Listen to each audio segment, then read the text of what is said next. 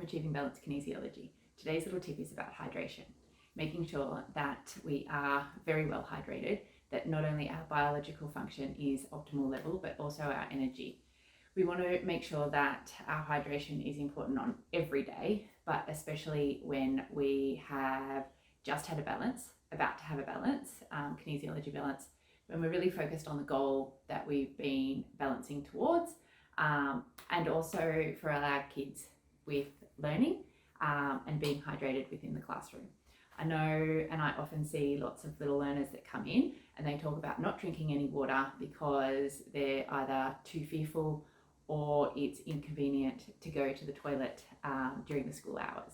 So here's a few little tips that can help you to make sure that you are staying hydrated and avoiding not only being out of balance, but especially dehydration. You don't want that. I use muscle testing. If you need a refresh on the muscle testing, then jump back to the other video where we go through it. And for today's purpose, I'm just going to use my little circle finger lock for our muscle testing. And I'm going to test up where my hydration is at and where I would like it to be. Remember that there's a big difference between being dehydrated, which is feeling thirsty, having sore eyes and tired, and actually being optimally hydrated. So if I'm going to muscle test up, I've actually just had a coffee, so I know that I need to be drinking water to have that balance for myself.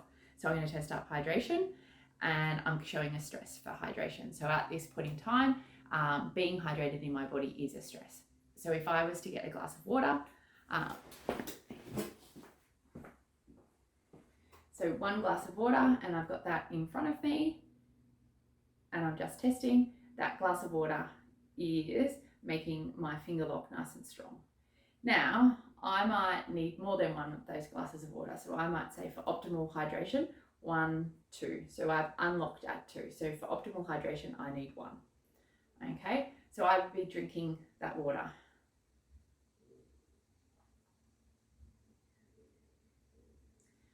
And I don't really want to rush it. Like, I want to drink it. I want to make sure that I've got it in my body and I'm appreciating it.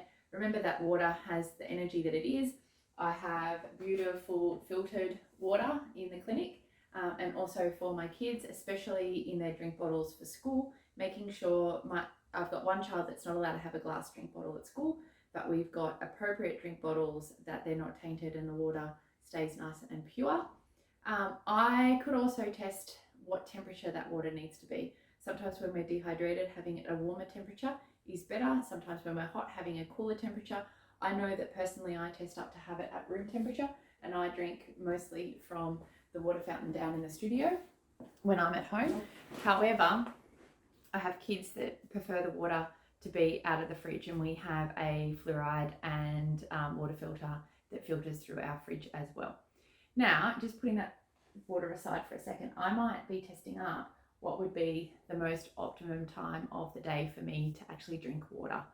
I know for my son, it's generally when he comes home from school, but my daughter, she needs to have her water first thing in the morning. And we find that everything unravels if she's not drinking that water. So if we were looking at time of the day for optimal hydration, we might just do before breakfast, after breakfast. We might have after lunch in school and home time. So for me at the moment, it is actually after lunch.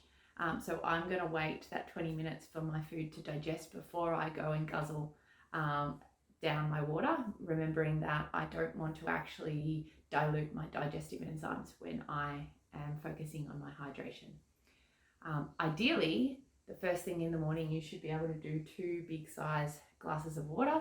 I find that for my daughter, she's currently in year 4. She drinks 2, actually she doesn't drink the big glasses. The big glass is actually overwhelming. She does 2 small glasses instead of 1 big glass because it seems less overwhelming for her to consume.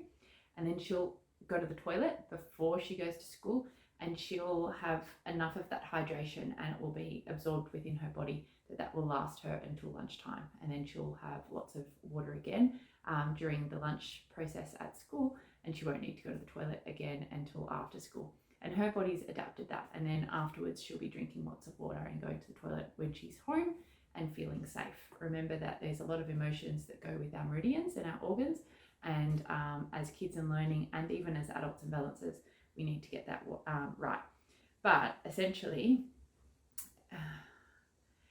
water is probably the most core issue to being out of balance, and especially a big issue when you're looking at why people can't remain hydrated, why there's a lot of controlling issues to go with the bladder and the emotions that we go with that, and also too, you're looking at stress responses within the body if you need to go to the toilet a lot at night, or as a child you've got those bedwetting issues.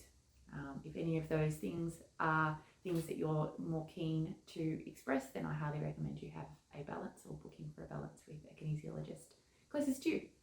Okay.